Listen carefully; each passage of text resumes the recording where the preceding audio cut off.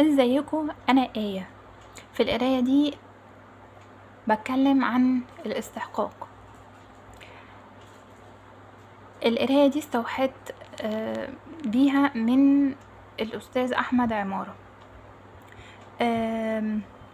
ساعات الواحد بيحس ان الواحد يستحق اكتر من اللي هو عايشه بكتير، ولكن في نفس الوقت يقال ان ما نعيشه هو استحقاقنا. فبالتالي ممكن نكون احنا بنعمل حاجة غلط بتخلينا نستحق الواقع اللي احنا عايشينه، او ممكن نكون بنحس او بنعمل حاجات او ما بنعملش حاجات هي اللي تخلينا ما نستحقش اللي احنا عايزينه. فبالتالي في القراية دي هحاول نشوف مع بعض ايه اللي احنا بنعمله وما بنعملوش اللي بيخلينا نعيش الحياة اللي احنا عايشينها دلوقتي. تقدروا تختاروا رقم 1، 2، 3.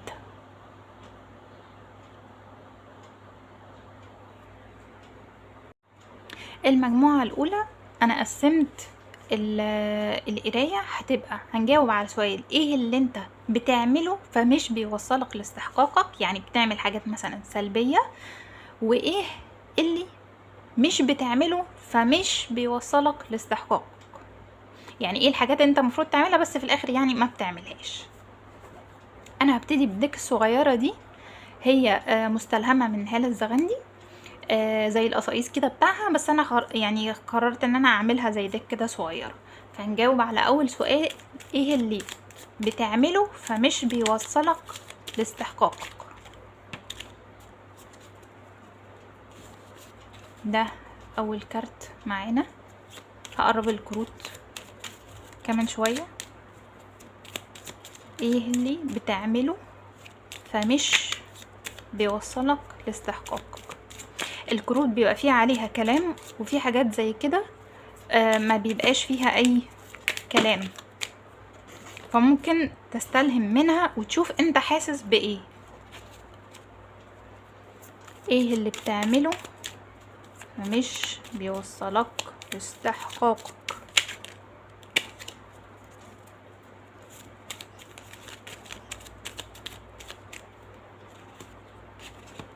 اوكي، ممكن تشوف دول.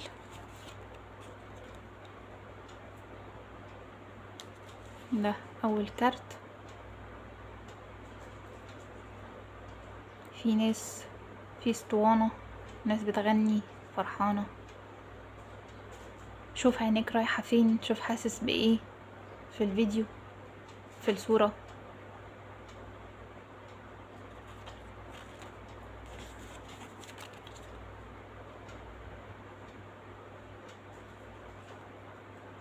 The problem is not the problem. The problem is your attitude to the problem. يعني المشكلة مش في المشكلة نفسها، المشكلة في attitudeك أو تصرفاتك تجاه المشكلة.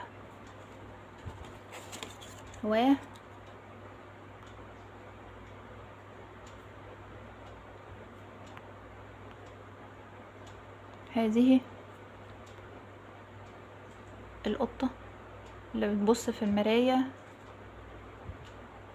في عربية بتعدي، شوف كده حاسس بايه.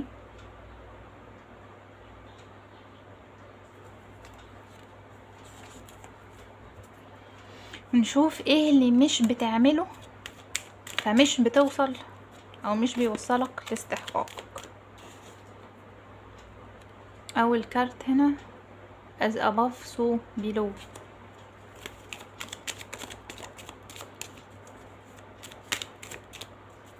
as above so below هو القانون ان زي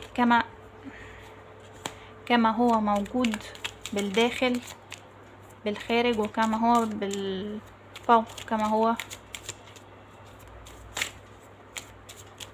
فوق، هو تحت فما هو اعلى. ايه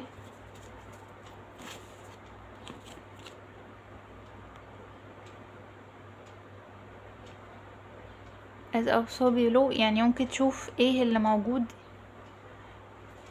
في العالم بتاعك هو انعكاس لعالمك الداخلي. فزي مثلا انت بره معكش فلوس كتير، فانت مثلا جوه حاسس بالفقر او عدم الاستحقاق، حاسس بالوحدة بره، فانت يبقى انت حاسس بالوحدة جواك، او انت اصلا مش اجتماعي وما بتحبش تخرج مع حد. قارن دايما ما بين الواقع وجواك، ان العالم الخارجي هو انعكاس للعالم الداخلي.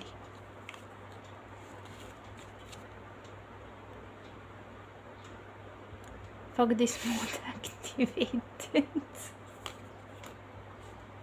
ممكن تكون مهتم بزيادة، ممكن تكون واخد كل حاجة على أعصابك. if it makes you happy it doesn't have to make sense to anybody. ممكن تكون مثلا بتتكسف ان الحاجة دي الناس هتتريق عليك فيها. تأمل الكروت كده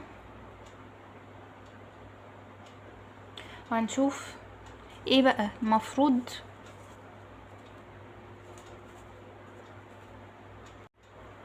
ايه اللي المفروض بقى تعمله علشان تاخد استحقاقك. regeneration.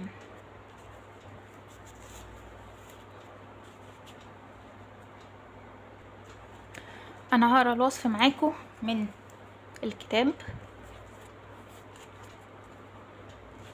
الكتاب ده عن rebirth، الولادة من جديد، second chances، الفرص الجديدة او تاني الفرص اللي بتظهر مرة تانية، و new opportunities، الفرص الجديدة. second chances are available to you now. الفرص الجديدة متاحة ليك الآن. whatever opportunities you thought you were dead are now revived. أيا كان الفرص اللي انت افتكرت ان هي خلاص ماتت، هي بيعاد إحيائها من جديد in a more authentic stronger form، بطريقة أو بشكل أقوى وحقيقي أكتر. whatever you may have perceived as a failure or loss is now being replaced by something better. ايا كان اللي انت افتكرته ان هو فاشل او فشل، دلوقتي بيعاد احيائه بطريقة افضل and more powerful growing in its place، بشكل اقوى واكبر في المكان. this reverse is assured. الولادة دي اكيد هتحصل. step into your life, into your new life. اتقدم في حياتك الجديدة. destiny is being fulfilled in wondrous ways. طريقك هيبتدي يتحقق بطرق جيدة. الرسالة بتاعت الرخاء أو الثراء: what happens when it appears you have failed at something. ايه اللي بيحصل او ايه اللي بيبان لما احنا بنفشل في حاجة. do you see the beauty in the lesson. هل بتشوف الدرس المستفاد من القصة اللي حصلت دي. the understanding that arises from difficulties is like a seed that lies dormant in time. الفهم بيبقى الفهم اللي بينتج عن المشاكل او الصعوبات بيبقى عامل زي البذرة اللي قاعدة جوه التربة لوقت طويل يعني. once it germinates in your subconscious it pushes through into your awareness. وأول ما بتبتدي تنمو في عقلك اللاواعي بتبقى أو بتخرج في شكل الإدراك.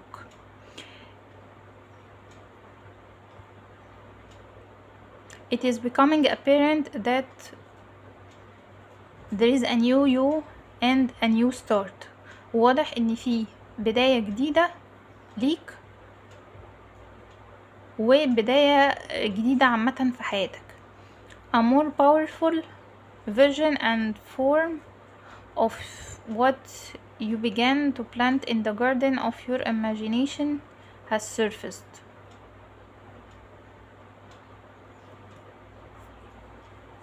الكارت ده بيتكلم عن الفرص الجديدة والسكند chances أو الفرص التانية لما بترجع تظهر في الواقع بتاعنا.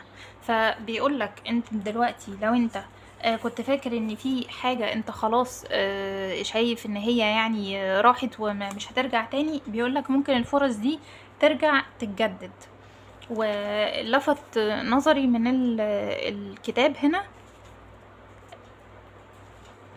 الشرح بتاعه، بيقولك now is one of those times when out of seeming loss and failure comes remarkable abundance.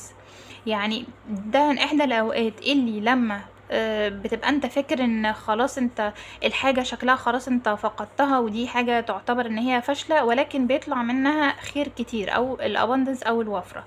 do not dwell on the past، متقعدش تغرق في الماضي because you are really are experiencing a rebirth. لان انت متقعدش يعني ترجع بذاكرتك للماضي بقى وتفضل عايش في الماضي، لان انت كده كده دلوقتي يعني زي بتتولد من جديد.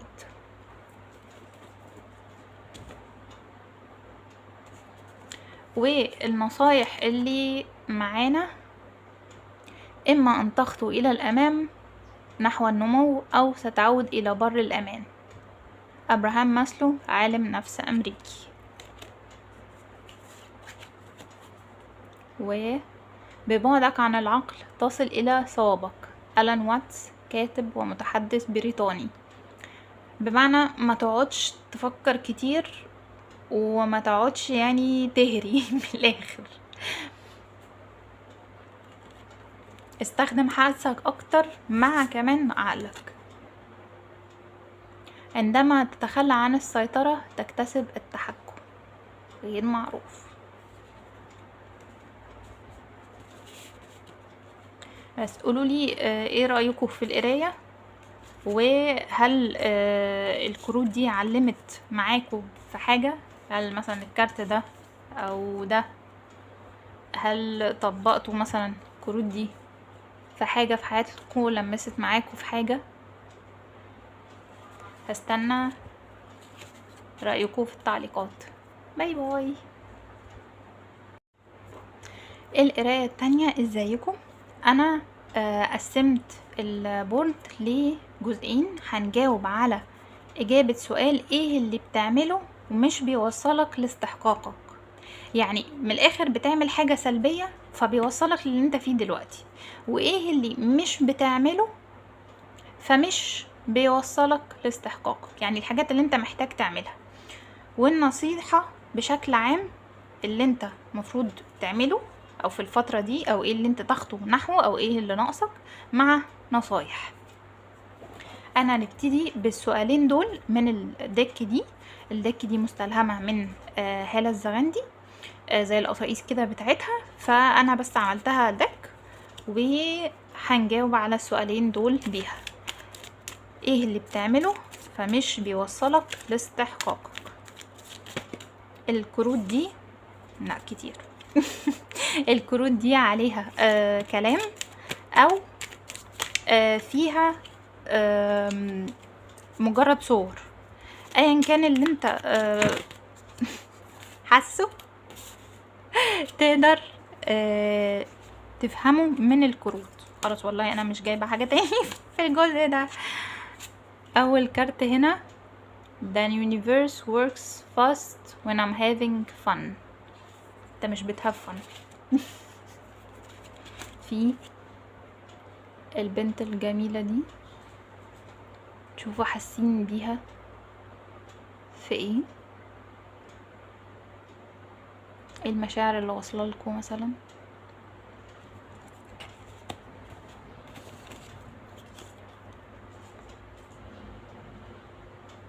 درينكر بيل قاعد مهموم وحزين غالبا مع when I'm having fun، يعني دول يعني بصراحة حساهم يعني مع بعض. و trust the universe, trust yourself. ممكن تشوف كمان عينك جاية فين، يعني ممكن نكون مثلا عينك جاية على trust yourself وانت ممكن تكون مش واثق في نفسك اكتر، او ممكن تكون جاية على كلمة مثلا يونيفرس، فانت مش واثق في الكون او مش واثق في ربنا. ممكن تكون عينيك جاية على حاجة من الرموز دي. ف بص كويس كده.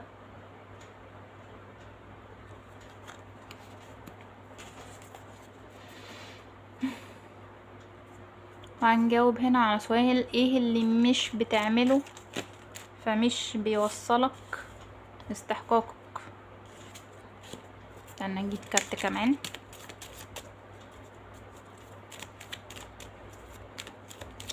ايه اللي مش بتعمله فمش بيوصلك لاستحقاقك. ماشي، 3. اوكي.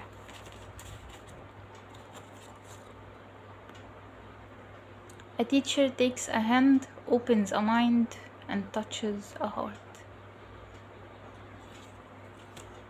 ممكن تكون تدرس او تنقل حكمتك عامة، او الحاجات الخبرات اللي عندك وانت ما بتطلعهاش.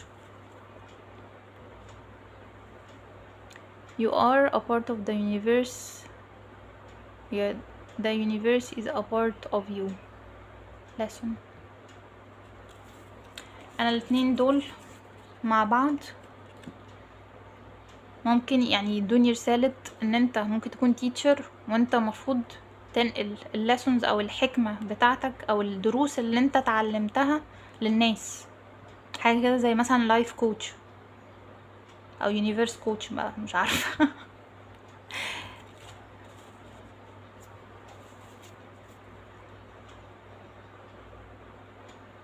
Normal is an illusion. What is normal for the spider is chaos for the fly. تأمل الحكمة دي وشوف ايه اللي انت يعني ممكن تكون فاكره طبيعي وهو مش طبيعي، او ممكن يكون ان الطبيعي بالنسبة للناس هو مش طبيعي عندك. قارن دايما ما بين الواقع بتاعك واللي انت بتعمله واللي انت معتقده. bloom from within.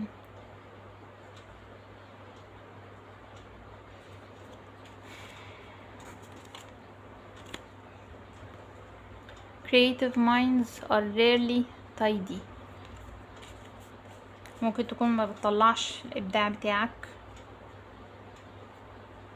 ممكن يكون ابداعك في ان انت تبقى مدرس، او ابداعك ان انت تنقل حكمتك للناس. ممكن ايه تطلع ابداعك مع ان انت you're having fun، يعني تطلع ابداعك وانت بتهاف fun. فانت هنا اصلا ما بتطلعش ابداعك، فطبيعي ان انت مش بتهاف fun. يعني بصوا على الكروت تاني وشوفوا حاسين بايه. نقرا ونشوف بقى ايه النصيحة العامة اللي عندك او اللي انت محتاج تعمله. واي هقرأ الكارت ده برا وارجع لكم ثواني. انا جيت اقرا بصراحة الوصف بتاع الكارت ده، لقيته انه تقريبا كله مهم، فهقراه معاكم دلوقتي.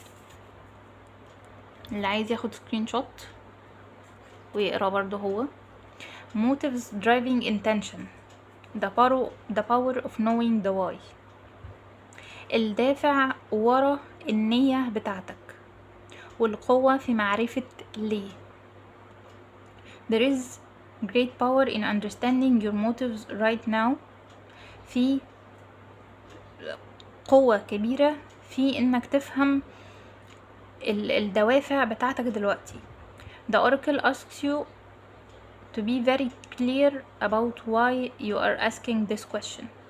الكارت ده بيسألك ان انت تبقى واضح جدا في سؤالك عن ليه. سؤال يعني بتاع ليه. looking for this answer, behaving this way, and most important making this choice. يعني الكارت ده بيطلب منك انك تبقى واضح جدا في سؤالك عن ليه ليه بتدور على اجابات معينة، ليه بتتصرف بطرق معينة، والاهم هو ليه بتاخد القرارات دي. knowing your why is the key to fulfillment. لما تعرف ليه هو مفتاح الرضا بتاعك.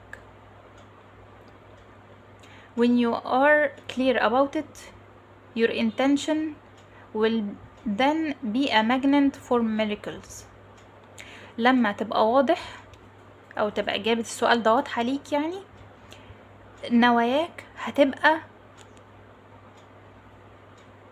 زي المغناطيس اللي بيجذب يعني المعجزات. motives define the nature of your experience. الدوافع بتحدد طبيعة تجاربك. when you think about something, feel it and then act on it. لما بتفكر في حاجة معينة وبتحسها وبعد كده بتتصرف على أساسها. this invisible why is the life force energy within the seed. السؤال بتاع why دوت او ليه هو طاقة الحياة الخفية اللي موجودة، بتبقى زي كده البذرة جوه التربة which brings it to life and holds the potential for growth. وهي دي اللي بتخليها تنمو وتكبر وبتبعث منها الحياة.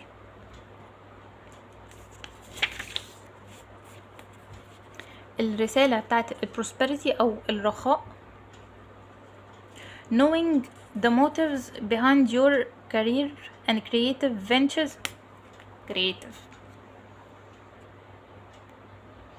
Knowing the motives behind your career and creative ventures is the ticket to your greatest success. لما تعرف الدوافع اللي هي بتسعى ليها او اللي بتخليك تسعى تجاه، سواء في الشغل بتاعك او في ابداعك، هو التذكرة الهامة واللي هتخليك توصل للنجاح. It is time to ask yourself some probing questions. محتاج تسأل أسئلة لنفسك دلوقتي. Are you driven by a desire to serve؟ هل انت مدفوع لخدمة الآخرين؟ Do your prosperity impact the greater good؟ هل الرخاء بتاعك هيأثر على كل ما هو خير للمجتمع اللي حواليك؟ When you envision your most prosperous life، لما بتتخيل أفضل حياة ورخاء ممكن تعيش فيها، Are you guided by a sense of purpose؟ هل أنت مدفوع يعني بإحساس الهدف أو غاية؟ Or by a need to make money, acquire things, save for the future and all of these؟ ولا بيبقى الهدف بتاعك ان انت عايز تعمل فلوس وتكتسب حاجات وتشتري حاجات وتخزن للمستقبل وكل الكلام المادي ده؟ No motive is good or bad. مفيش اي دوافع وحشة وحلوة. But having agendas hidden from yourself will lead to disappointment. ولكن كون ان الدوافع دي تبقى مخفية عن نفسك هيؤدي إلى الإحباط and possibly failure، وجزئيا أو قد يكون تؤدي يعني للفشل. Be clear about why you want the things you do. خليك واضح في انت ليه عايز الحاجات اللي انت عايزها ديت. If the motives are true, accept them. لو الدوافع دي حقيقية اقبلها. If they are not, change them so you can step into an extraordinary life. لو هي مش كده، مش حقيقية يعني، يبقى غيرها علشان تقدر ان انت تعيش الحياة الرائعة اللي انت عايزها. خلي ده هنا. والنصايح اللي معانا: في بعض الأحيان لا يريد الناس سماع الحقيقة لأنهم لا يريدون تدمير أوهامهم. السؤال الحقيقي السؤال الحقيقي هو ما مقدار الحقيقة التي يمكنني تحملها.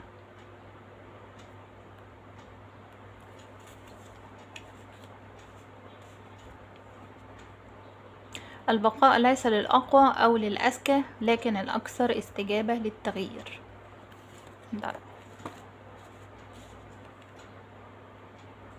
من ضعفك سيتولد القوة.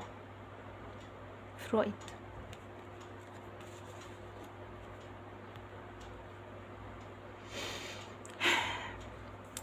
اكتب لي في الكومنت يا ريت استفدت ايه، القراية دي سمعت معاك في حاجة، هل جمعت كروت معينة مع بعض، هل لمست في حياتك بحاجة ولا لأ، وقولولي ايه رأيكم في القراية بشكل عام. وبس، باي باي. القراية التالتة، ازيكم؟ انا قسمت البورد لسؤالين هنجاوب عليهم الاول، ثم هنشوف النصايح بعد كده.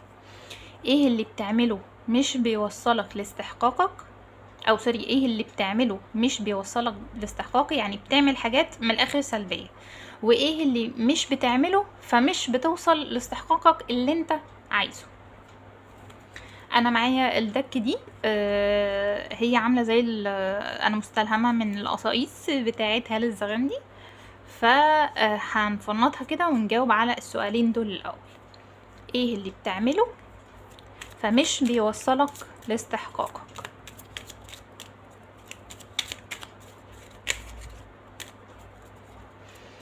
ايه اللي بتعمله مش بيوصلك لاستحقاقك؟ ايه؟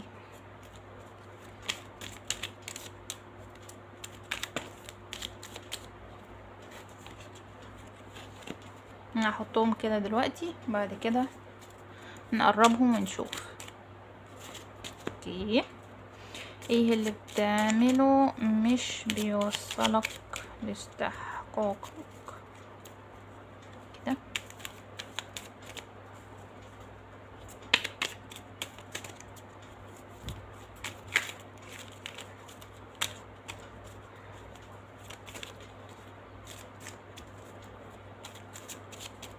اخر مرة، ايه اللي بتعمله مش كتير ماشي هاخد دي.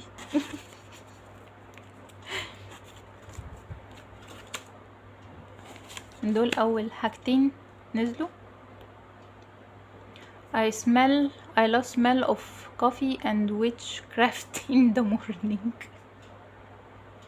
انت بتعمل ايه بالظبط؟ بتشتم على الصبح ولا بتعملوا ايه يا جماعة؟ الكروت دي طبعا كل واحد يشوف هي بتسمع معاه في ايه بالظبط. I'm not anti-social, I'm anti-bullshit. ممكن تكون يعني عنيف شوية مثلا في التعامل مع الآخرين. شوفوا يعني كل واحد يشوف هو بتسمع معاه في ايه. Let your dreams be your wings. ممكن تكون ما بتحلمش اصلا، ما عندكش احلام، ممكن تكون كابت احلامك. bitch I am the secret ingredient. يعني دي مع دي موصل لي حد يعني مش عارفه اقولها ازاي، بس يمكن طاقه حمل شويه، اللي هو انا كده واذا كان عاجبكم او حد بينطح من الاخر. مين بقى اللي بينطح ما اعرفش، يعني اللي هو مش عارفه.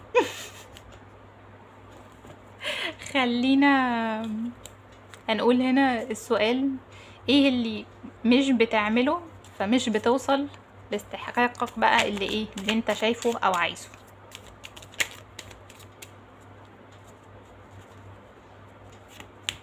ايه اللي مش بتعمله؟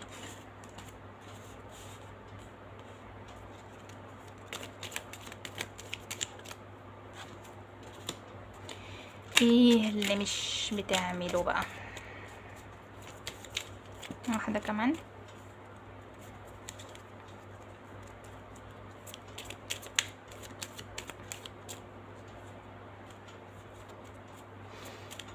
ايه اللي مش بتعمله فمش بتوصل لاستحقاقك اللي انت عايزه؟ اوكي.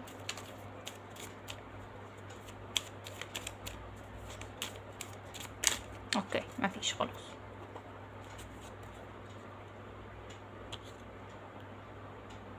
everything sucks except you.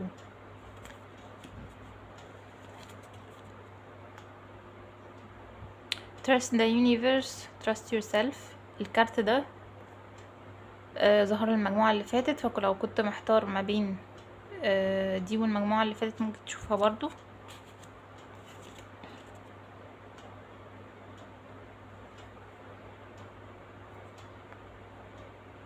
how can something so bad feel so good. ده المفروض اللي انت يعني تعمله وبس ما بتعملوش. تأملوا كده الكروت معايا.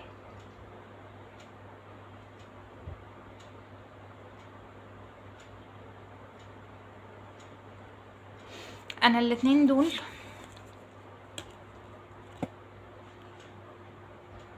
يعني الاتنين دول بالنسبة لي ادمان.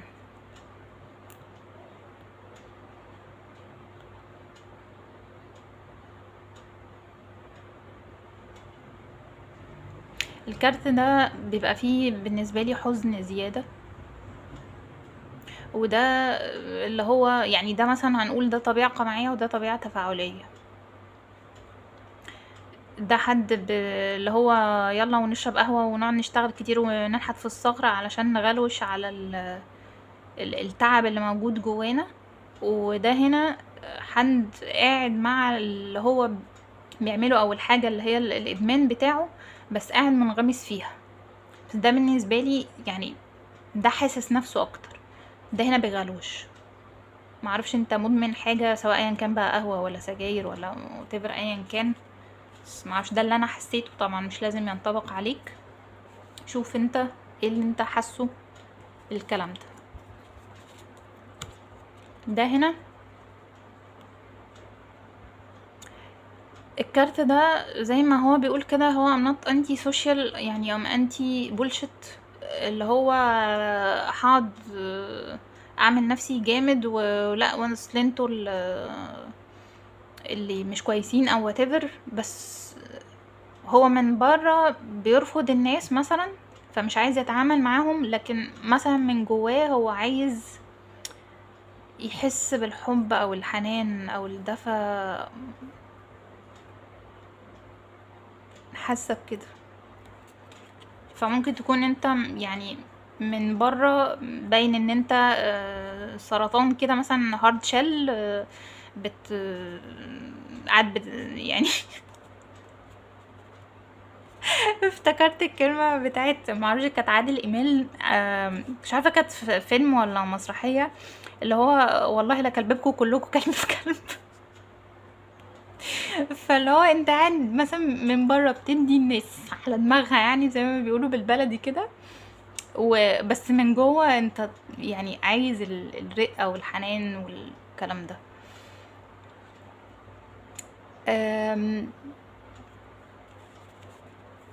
برضو تأملوا الكروت كده وشوفوا هي معناها ايه بالنسبة لكم.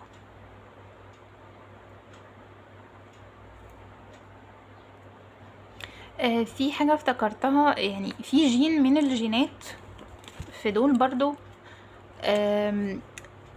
مش فاكرة كان 59 ولا 39 ولا كانت ايه بالظبط، ممكن يعني اشوفه وافتكره واكتبه في الديسكريبشن بوكس.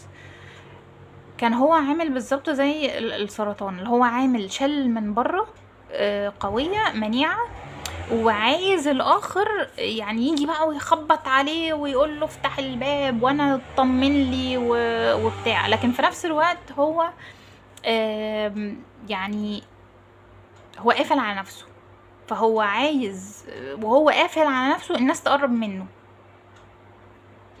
مش عارفة حد فاهمني ولا لا. المهم نشوف النصايح. النصيحة اللي معانا blessed، يعني انتوا كويسين اهو يا جماعة، في ايه؟ هنجيب الكتاب ونقرا منه. استنى، انا جبت الكتاب. هقرا معاكم بعض الجمل كده منها. الكارت ده بشكل عام بيقول هي يعني ان ربنا او الكون بيبعت لك يعني عطايا او الحاجات اللي انت اصلا ما كنتش سبب فيها. something wonderful that is unearned and unexpected grace that is in an unforeseen gift is an unforeseen gift from spirit. الاشياء الرائعة اللي اصلا يعني لا كانت على البال ولا على الخاطر، اللي انت والشكر يعني اللي بيتبعت لك من ربنا. بيقولك ساعات ان انت يعني ممكن تكون قاعد كده زي بيقولوا في امانة الله، وتلاقي ان في حاجات او يعني جاتلك بدون اي يعني طاقة منك. كأن انت مثلا لو في اي مشاكل عندك، المشاكل دي بتروح منها لنفسها. فبالتالي يعني اللي لفت نظري هنا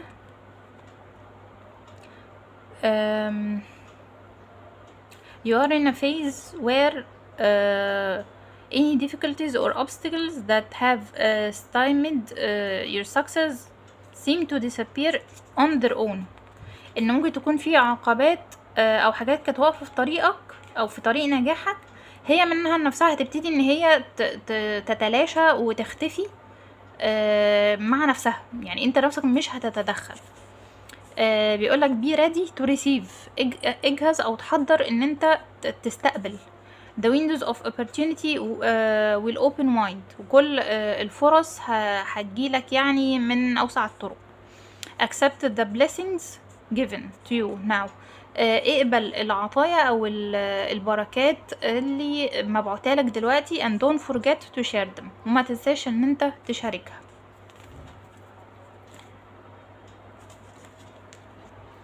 الكارت ده بالنسبة لي يعني هو دعوة للشكر مش اكتر، ان هو انت يعني انت في نعمة، فاشكر ربنا على اللي موجود معاك واللي هيجيلك.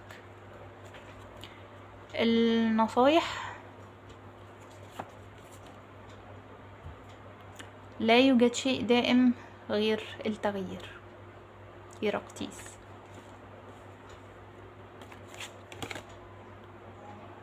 الذي يستخدم الإجبار يخاف من التعقل. التفكير. مثل كيمي.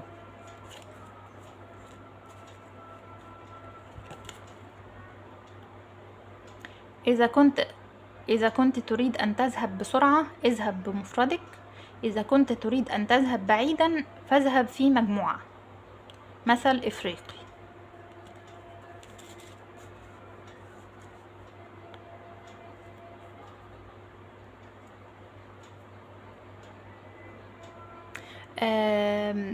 وانا دلوقتي بقرأ انا حسيت ان انا مش عارفة يعني اقرأ او اعبر عن نفسي كويس في يعني من الكارت ده.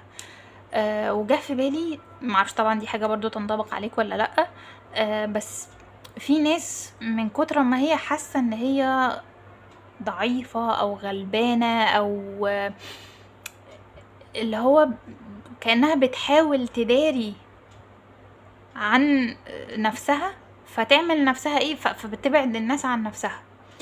يعني كأن مثلا زي مثلا حد بيتهتف في الكلام، فبدل ما يقعد يتكلم مع الناس فيخاف ان الناس تتريق عليه، فلا هو انا بتكلمش مع حد اصلا، فكأنه يعني بيزق الناس بعيد. وده برضو حسيته اللي هو مربوط بالكارت ده. طبعا معرفش تاني الكلام ده ينطلق عليك ولا لأ. وارجع بص تاني في الكروت دي، شوف انت حسيت منها بايه، قولي ايه اكتر حاجات اللي حسيتها او شايف ان هي تنطبق عليك، يا ريت. وقولولي لو استفدتوا من القرايه دي وكانت لطيفه ولا لا. وبس، باي باي.